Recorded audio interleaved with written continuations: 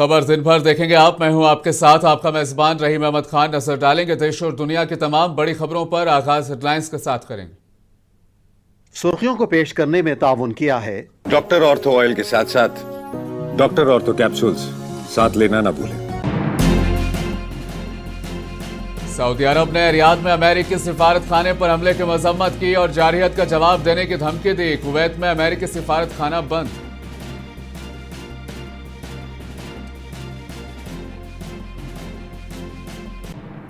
Israel और Iran ने आज भी आपस में किए फिजाई हमले। ईरान में अब तक 787 अफराद जाँ बहक। इजराइल का लिबनान में बफर जोन कायम करने का ऐलान।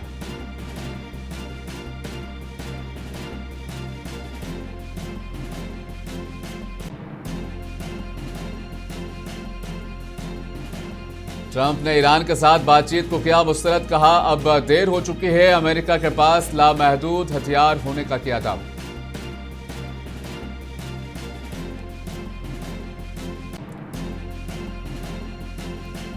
ईरान ने आबनाए हॉर्मुज़ बंद करने का किया ऐलान। मशरिक़ वस्ता में कशीदगी की वजह से तेल और गैस की कीमतों में इजाफा।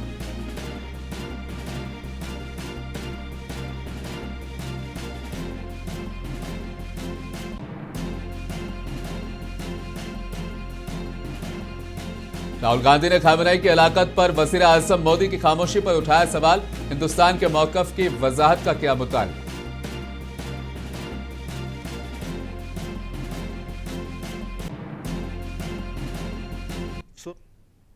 मशरिक़ वस्ता में कशीदा हालात बरकरार हैं। जंग के चौथे रोज ईरान और इजराइल और अमेरिका के बीच फिजाई हमले जारी हैं। इस बीच सऊदी अरब ने रियाद में अमेरिकी सिफारत खाने पर हमले की मजम्मत की और जारहियत का जवाब देने की धमकी भी दी। पेश है ये रिपोर्ट। शनिचर को शुरू होने वाले अमेरिकी और इजरायली हमलों में ईरान में अब तक 780 से ज्यादा अफराद जहां बहक हो चुके हैं। मुल्क भर के कम से कम 153 शहर हालिया हमलों से मुतासिर हुए हैं। अमेरिकी इजरायली हमलों में अब तक 500 से ज्यादा मकामात को निशाना बनाया गया है। इजरायली फौज ने मंगल को ऐलान किया कि फिजाइया ईरानी मिसाइल लॉन्चिंग प्लेटफॉर्म्स पर हमले जारी रखेगी। बयान में मजीद कहा गया कि उसकी अफवाज ईरान को अपने लड़ाका तैयारों के खिलाफ फिजाई दिफा फाल करने की इजाज़त नहीं देगी। इजरायली फौज ने ईरान में सदारती और सुप्रीम नेशनल सिक्योरिटी काउंसिल के दफातर पर मुतअद्दिद बम गिराने का भी दावा किया है। दूसरी जानिब से ईरान ने भी इसराइल के साथ साथ खित्ते के दीगर ममालिक पर भी अमेरिकी तंसीबात को निशाना बनाकर हमले तेज कर दिए हैं। वस्ती इसराइल में किए गए हमलों में चंद इसराइलियों के जख्मी होने की खबर है। ईरान ने जहां रियाद में अमेरिकी सिफारत खाने को निशाना बनाया और साथ ही मुत्तहिदा अरब इमारात, कुवैत, कतर और बहरीन में अमेरिकी अड्डों पर हमलों की कोशिशें भी जारी हैं। मंगल की सुबह सऊदी अरब के दारुल-हुकूमत रियाद में जोरदार धमाकों की आवाजें सुनी गई। धमाके के बाद रियाद में अमेरिकी सिफारत खाने की इमारत में आग लग गई। सऊदी अरब ने ईरानी हमले की शदीद मजम्मत करते हुए इसे तमाम बैनुल-अक़वामी रिवायत और कवानीन की खिलाफ वर्जी करार दिया है। सऊदी ने ईरान को खबरदार किया है कि इस ईरानी गैर अखलाकी रवैये का दोबारा दोहराया जाना इस खित्ते को मजीद कशीदगी की तरफ धकेल देगा। सऊदी वजारत खारजा का कहना है कि उनकी हुकूमत अपनी सिक्योरिटी, इलाकाई तहफ़्फ़ुज़, शहरियों के तहफ़्फ़ुज़ और मफादात के तहफ़्फ़ुज़ के लिए तमाम ज़रूरी इक़दामात करने का हक़ रखती है, जिसमें जारहियत को जवाब देना भी शामिल है। इसी दौरान अमेरिकी सदर डोनाल्ड ट्रंप ने भी कहा है कि रियाद में अमेरिकी सिफारत खाने पर हमले का जल्द जवाब दिया जाएगा।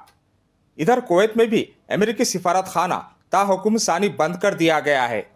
अमेरिकी महकमे खारजा ने मशरिक़ वस्ता के बहुत से मुल्कों में अमेरिकियों पर जोर दिया है कि संगीन खतरात की वजह से वो वहां से निकल जाएं। ईरान ने आबनाए हॉर्मुज़ को भी बंद करने का ऐलान किया है। एक ईरानी ओहदेदार ने खबरदार किया है कि जो जहाज भी आबनाए हॉर्मुज़ से गुजरने की कोशिश करेगा, ईरान उसे आग लगा देगा।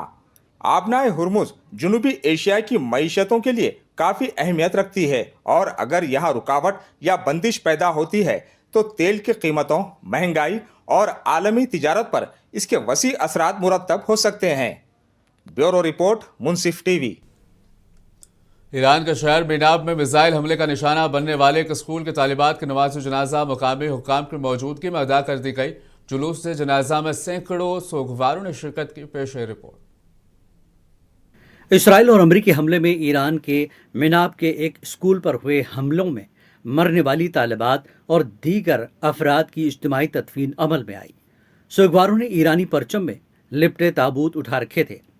मर्दों ने कौमी बैनर्स लहराए, जबकि खवातीन सियाह चादरों में मलबूस कतारों में खड़ी थी। इस मौके पर गमजदा अहल खाना इस हमले में मरने वाली तालिबात की तस्वीरें अपने हाथों में उठा रखी थी। कुछ लोग सुप्रीम लीडर आयतुल्लाह अली खामनई की तस्वीर उठाए हुए भी नजर आए। इस वाक़े ने तेहरान, वाशिंगटन और तेल अवीव के दरमियान सिफारती दुश्मनी में शिद्दत पैदा कर दी है। ईरानी रहनुमा दोनों ममालिक पर शहरियों को निशाना बनाने का इल्ज़ाम लगा रहे हैं। ईरान के वज़ीर ख़ारजा सैयद अब्बास इराक़ची ने अमेरिका और इसराइल पर जानबूझकर बच्चों पर हमला करने का इल्ज़ाम लगाया। उन्होंने एक तस्वीर पोस्ट की जिसमें उनका कहना था कि मुतासरीन के लिए इज्तिमाई कब्रें तैयार की गई हैं। अब्बास इराक़ची ने कहा कि ये कब्रें 160 से ज़्यादा मासूम बच्चियों के लिए खोदी जा रही हैं, जो एक प्राइमरी स्कूल पर अमेरिकी इसराइली बमबारी में मारी गई। बैनुल-अक़वामी इंसानी कानून के तहत स्कूलों, अस्पतालों और दीगर शहरी इंफ्रास्ट्रक्चर पर जानबूझकर हमले ममनू हैं और ये जंगी जराइम का हिस्सा बन सकते हैं। आपको बता दें कि इसराइल और अमेरिका ने ईरान पर हमले के पहले रोज़ मीनाब की तालिबात के स्कूल को निशाना बनाया था। इस हमले में 160 से ज़्यादा मासूम तालिबात और अमले के कुछ अरकान की मौत हो गई थी। ब्यूरो रिपोर्ट, मुनसिफ टीवी। कतर ने अक़वाम मुत्तहिदा और सिक्योरिटी काउंसिल के नाम खत में ईरानी हमलों पर तशवीश का इजहार किया। कतर की वजारत ख़ारिजा की जानिब से जारी बयान के मुताबिक खत में ईरानी हमलों की शदीद मज़म्मत करते हुए कहा गया कि अक़वाम मुत्तहिदा के चार्टर के आर्टिकल 51 के मुताबिक कतर अपनी सलामती और कौमी मफादात के तहफ़्फ़ुज़ के लिए जवाब देने का हक़ रखता है। कतर के मुख्तलिफ हिस्सों से मलबा गिरने के 114 इतलात सामने आई।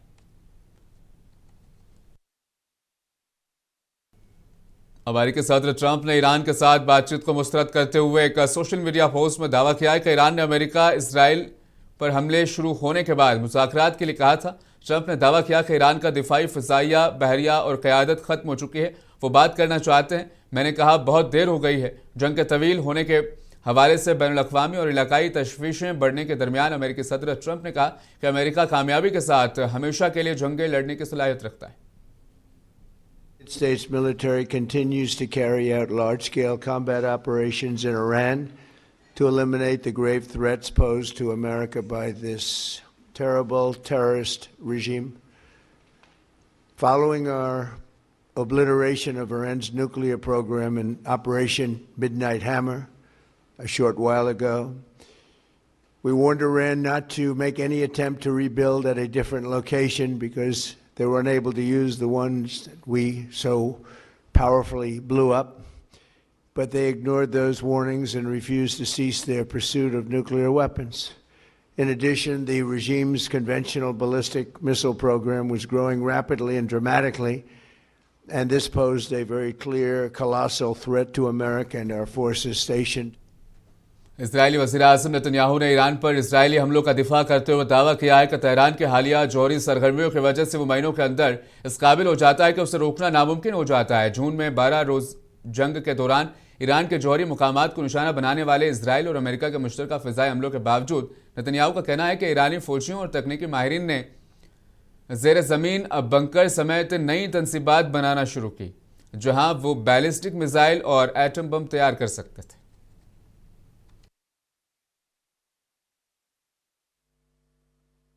This is the third day of the Operation Roaring Lion. The operation, the Israeli army and the state of Israel set out to, with our great friends, the United States of America and President Trump, to thwart existential threats to Israel and great threats to America and the entire world.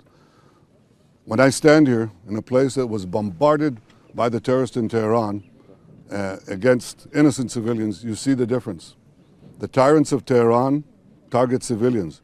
We target the tyrants of Tehran to protect civilians.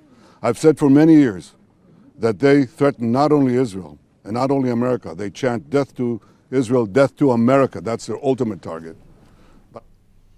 Israeli फौज ने Lebanon के मुतअद्दिद शहरों और कस्बों को खाली करने की वार्निंग जारी कर दी है। सोशल मीडिया प्लेटफॉर्म एक्स पर इजरायली फौज के तर्जुमान ने मुतअद्दिद कस्बों और शहरों को एक फहरिस्त जारी की और रिहायशियों का कहना है कि हम आपको कहते हैं कि यहाँ वापस ना आए। इजरायली फौज के इस पैगाम में इन इलाकों के रिहायशियों को कहा गया है कि वो अपने घर खाली करें और फहरिस्त में दर्ज मुकामात से कम 1000 मीटर दूर चले जाएं। लेबनान की वजारत सेहत के तर्जुमान ने बताया कि पीर और मंगल को लेबनान पर इजरायली हमलों में कम 40 अफराद हलाक और 246 जख्मी हुए।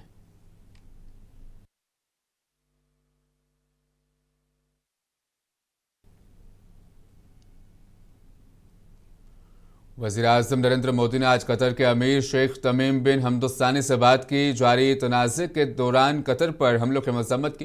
पीएम मोदी ने ओमान के सुल्तान तारिक और कुवैत के अव्वलिया शेख सबाउल खालिद से भी बात की और मगरबी एशिया में जारी तनाज़े के दौरान इन ममालिक पर हमलों पर तशवीश का इजहार किया। अपनी टेलीफोनिक बातचीत में पीएम मोदी ने इन रहनुमाओं के साथ वहाँ मुक़ीम हिंदुस्तानी कम्युनिटी की फलाह व बहबूद और सलामती पर भी तबादला ख्याल किया। कांग्रेस ने अमेरिका और इजराइल के हमले में ईरान के supreme leader Ayatollah Ali Khamenei की हलाकत पर हुकूमत की खामोशी पर तनकीद की। मगरबी एशिया में जारी बहरान का जिक्र करते हुए लोकसभा में अपोजिशन लीडर राहुल गांधी ने पूछा कि क्या वज़ीर-ए-आज़म मोदी खामेनी के कत्ल की तायद करते हैं। उन्होंने एक्स पर पोस्ट किया, पीएम मोदी को ज़रूर बोलना चाहिए, क्या वो आलमी निज़ाम को मुतय्यन करने के लिए सरबराह मुमलिकत के कत्ल की हिमायत करते हैं। खामोशी अब दुनिया में हिंदुस्तान की हैसियत को कम करती है।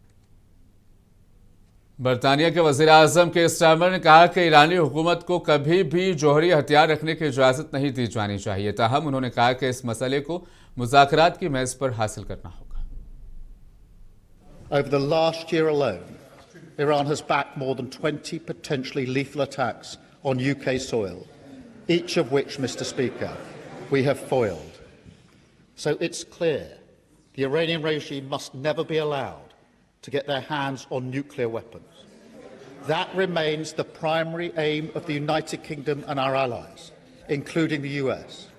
And ultimately, this will have to be achieved at the negotiating table. Mr. Speaker, in this dangerous moment, our first thoughts are with our citizens in the region, friends, family members, and constituents. I recognise the deep concern that the situation is causing for those involved and for communities across the country. We're asking all British citizens in the region to register their presence so we can. Pakistan के वज़ीर दिफा ख्वाजा आसिफ ने इल्ज़ाम आयद किया है कि Iran पर हमला करके इजरायली वज़ीर-ए-आज़म नेतन्याहू ने गज़ा से बैनुल-अक़वामी तवज्जो हटाने की कोशिश की है। मंगल को सोशल मीडिया प्लेटफॉर्म एक्स पर एक बयान में ख्वाजा आसिफ का कहना था कि बैनुल-अक़वामी मीडिया की तवज्जो अब ईरान पर मरकूज़ है, जिससे नेतन्याहू को खामोशी से गज़ा और अरब उर्दन में कत्ल व गारत गर्दी का मौका मिल गया है। उन्होंने इल्ज़ाम आयद किया कि नेतन्याहू ने फ़लस्तीन और मशरिक़ वस्ता को इंसानी तारीख़ के सबसे बड़े अलमिया में धकेल दिया है।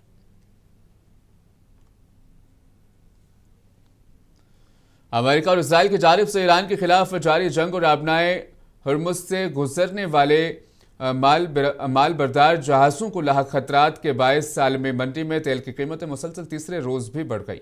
माहिरीन के मुताबिक फौरी कशीदगी में कमी के आसार नजर नहीं आ रहे। मार्केट तज्ज़ियाकारों का कहना है कि अगर मुतनाज़ा तवील होता है तो कीमतों में मज़ीद इजाफा मुमकिन है।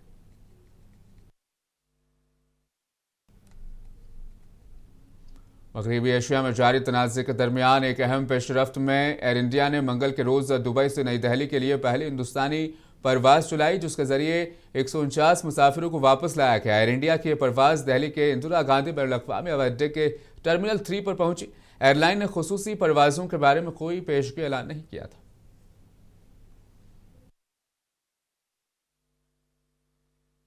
स्थिति नॉर्मल है, रेसिडेंट्स को ऐसा कुछ ज़्यादा फील नहीं हो रहा है, बट लेकिन क्योंकि कुछ ना कुछ एक्शन हो रहा है तो हमें लगता है better to come home and stay safe. Yeah government is very supportive there, वो सबको फ्री फूड एकोमोडेशन वगैरह सब दे रही है जो टूरिस्ट फंसे हैं। अदरवाइज गवर्नमेंट का तो फुल सपोर्ट है वहाँ पे, ऐसा कोई दिक्कत नहीं है, नॉर्मल लाइफ है। नहीं लोग वहाँ पे कोई घबराए नहीं हुआ है, लोग नॉर्मल लाइफ जी रहे हैं अपनी। लोग अपना रोज़ का एक्शन, मतलब जो स्कूल जा रहे हैं बच्चे, उनकी थोड़ी स्कूल थोड़ा टेम्प्रेरी बन गया है, लेकिन सबका ऑफिस चल रहा है, काम चल रहा है, टैक्सी चल रही है, स्टोर खुले हुए हैं, फूड सप्लाईज। दुबई में कोई सिचुएशन कोई वैसे ख़राब नहीं, पर क्योंकि वहाँ पे मिसाइल्स वगैरह आ रही हैं तो आवाज़ें आती हैं कभी कभी। पहले ही गए थे, कुछ फंक्शन में आए थे, घर शादी की फंक्शन था तो 1 वीक ही हुआ था गया। नहीं, डर तो होगा ही, 2-3 बार हमने वो मिसाइल का आवाज़ सुना तो बच्चों के साथ थे, तो वहाँ डर था, पता नहीं क्या।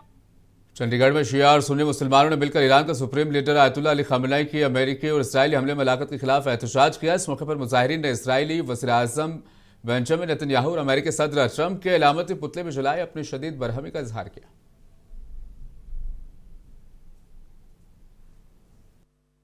जैसे कि आप लोग सब अवेयर होंगे कि हमारे जो है ईरान और वर्सेस इजराइल जो है जो वार छिड़ रही है, जो बहुत सारे जो है बॉम्बिंग वगैरह हो रही है ईरान में, तो हमारे सुप्रीम लीडर आयतुल्ला खamenei साहब जो हमारे एक पूरे मुस्लिम उस उम्मा के लिए न कि हर जो है पूरे जो जितने भी इंसान थे, चाहे मतलब गज़ा, फ़लस्तीन और जो है जितने भी कौम जितने भी जो कंट्रीज़ में है, उन्होंने जो इजराइल ने बॉम्बिंग करी है उनके साथ हमेशा वो खड़े रहे। कांग्रेस सांसद इमरान मसूद ने ईरानी कल्चरल सेंटर में ईरान के सुप्रीम लीडर के नुमाइंदे से मुलाकात की। मुलाकात के दौरान उन्होंने ईरान के सुप्रीम लीडर आयतुल्ला अली खamenei के इंतकाल पर गहरे दुख का इजहार किया। ईरान के सुप्रीम लीडर की मौत पर कांग्रेस के रहनुमा सोनिया गांधी के मरकजी हुकूमत के मौक़िफ़ पर सवाल उठाने पर इमरान मसूद का कहना है कि यह मसला बहुत परेशान कुन है। ईरान हमारा रिवायती दोस्त है जिसके साथ हमारी अहम तिजारत है। देखिए, ये बहुत बात विचलित कर रही है। ईरान जो हमारा पारंपरिक मित्र है और जहाँ से हमारा व्यापारिक साझेदारी बहुत ज़्यादा है, तेल का 50% आयात हमारा उधर से ही होता है और उसी रूट से होकर आता है। ऐसी परिस्थिति में जब आप यूएई से भी बात कर रहे हैं, सऊदी से भी बात कर रहे हैं, आप इजराइल से भी बात कर रहे हैं, तो हिंदुस्तान को न्यूट्रल नज़र आना चाहिए। और न्यूट्रल हमारी पॉलिसी है, हमारी विदेश नीति है।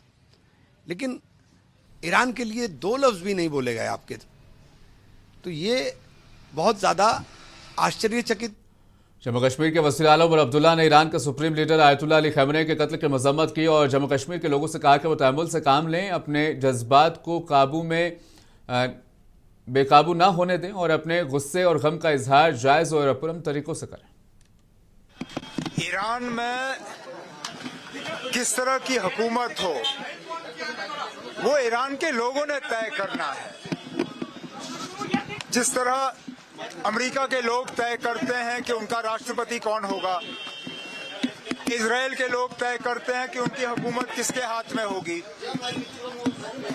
भारत के लोग तय करते हैं कि भारत का प्रधानमंत्री कौन होगा। इसी तरह ईरान के लोगों को अपनी हुकूमत के बारे में खुद फैसला करना चाहिए। बाहर से ताकत का इस्तेमाल और ताकत का मुजाहिरा करके, बमबारी करके हुकूमतें बदलना किसी भी अंतर्राष्ट्रीय कानून इस बात की इजाजत नहीं देती। कांग्रेस रुकन पार्लियामेंट रणदीप सिंह सुरजेवाला का कहना है कि वोट चोरी का मसला है जिसे राहुल गांधी तकरीबन 1 साल से मुसलसल उठा रहे हैं। उन्होंने कहा कि चाहे वो मगरबी बंगाल हो, उत्तर प्रदेश, हरियाणा, गुजरात या कोई भी जगह जहां तादाद में वोटों को हज़फ किया जा रहा है। वोट चोरी का ये मुद्दा श्री राहुल गांधी जी लगभग 1 वर्ष से उठा रहे हैं और अलग अलग प्रांतों में, वो पश्चिम बंगाल हो जैसा आदरणीय ममता जी ने कहा, वो बिहार हो, वो उत्तर प्रदेश हो, वो हरियाणा हो, वो गुजरात हो, हर जगह बहुत बड़ी संख्या में, लाखों करोड़ों की संख्या में वोट काटे जा रहे हैं। महाराष्ट्र के जिला जलगांव के भूसावल में दावत-ए-इस्लामी इंडिया के फलाही शोबा गरीब नवाज रिलीफ फाउंडेशन की जानिब से रमज़ान राशन किट्स तकसीम किए गए। मुस्तहिक खानदानों में राशन किट्स तकसीम हुए। हर किट में रोज़मर्रा के इस्तेमाल की ज़रूरी अशिया शामिल थी जो रमज़ान मुबारक के दौरान खानदानों के लिए मददगार साबित होंगी। अल्हम्दुलिल्लाह रब्बिल आलमीन। दावत-ए-इस्लामी इंडिया का वेलफेयर डिपार्टमेंट GNRF यानी गरीब नवाज रिलीफ फाउंडेशन के तहत पूरे हिंद भर में माह रमज़ान में ज़रूरतमंदों और मुस्तहिकीन में राशन किट तकसीम किए जा रहे हैं। अल्हम्दुलिल्लाह आज शहर भुसावल में भी ज़रूरतमंदों में राशन किट तकसीम किए जाएंगे। मैं आपसे गुजारिश करता हूं कि आप भी अपने आसपास के ज़रूरतमंदों में राशन किट तकसीम कीजिए, उनकी मदद कीजिए और सवाब के हकदार बनिए। सल्लु अलल हबीब। नांदेड़ रेलवे स्टेशन के करीब वाक़ मस्जिद यूनुस इंतजामिया की जानिब से कमेटी के मुंतसिम एडवोकेट कासिम वसीम बाबू सेठ के मस्जिद से मुत्तसिल दफ्तर में दावत इफ्तार का एहतमाम किया गया। इस तकरीब में मुख्तलिफ मज़ाहिब के मजहबी रहनुमा, सरकारी अफसरान और शहर की मुमताज़ शख्सियात ने बड़ी तादाद में शिरकत की। इस मौके पर मजहबी हम आहंगी, भाईचारा और बाहमी मोहब्बत का अमली मुजाहिरा पेश किया गया।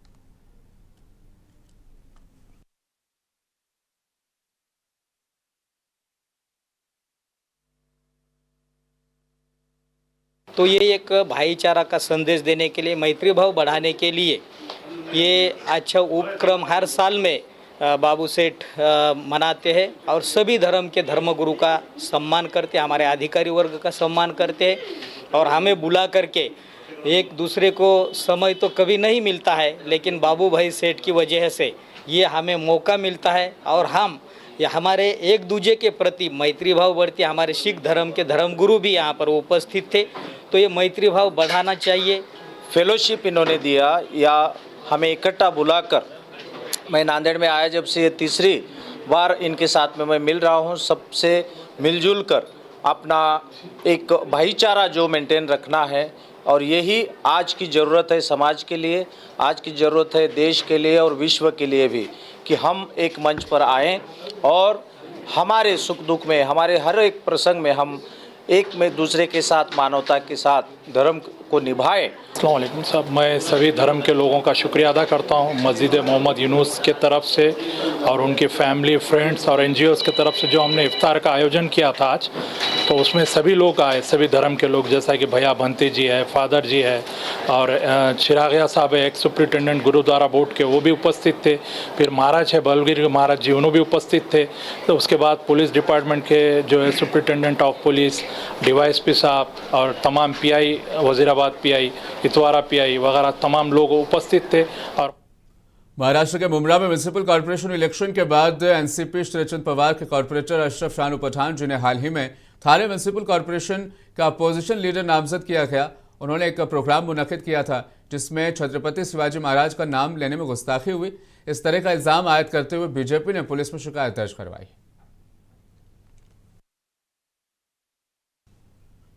खबर दिन भर में फिलहाल इतना ही। मुझे दीजिए इजाजत, बने रहें मुंसिफ टीवी के साथ।